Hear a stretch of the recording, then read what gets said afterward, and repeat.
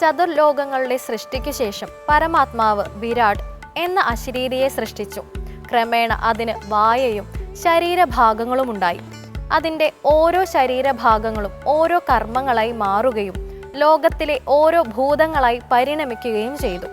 ഉദാഹരണത്തിന് വിരാട് പുരുഷന്റെ മുഖം അഗ്നിയായും വാക്കായും രൂപാന്തരപ്പെട്ടു. ഇങ്ങനെയാണ് ജഗത്തിൽ ഭൂതങ്ങളും കർമ്മങ്ങളും ഉണ്ടായതെന്നാണ് ഐതരേയ ഋഷി വിശദമാക്കുന്നത്. അഞ്ചുമൂർത്തി ക്ഷേത്രത്തിന്റെ പ്രഭാതങ്ങളിലേക്ക് സൂര്യൻ ഒരു സങ്കീർത്തനം പോലെ പൊൻപ്രകാശം കൊണ്ട് അർച്ചന തുടങ്ങി. അഞ്ചുമൂർത്തി മംഗലം എന്ന ദേശത്തിന്റെ ആത്മതാളവും പരമചൈതന്യവുമായ ഈ ക്ഷേത്രത്തിലേക്കുള്ള പ്രദക്ഷിണയാത്ര ജീവിതത്തിലെ ഏറ്റവും ധന്യമായ നിമിഷങ്ങളിലൊന്നു തന്നെയാണ്.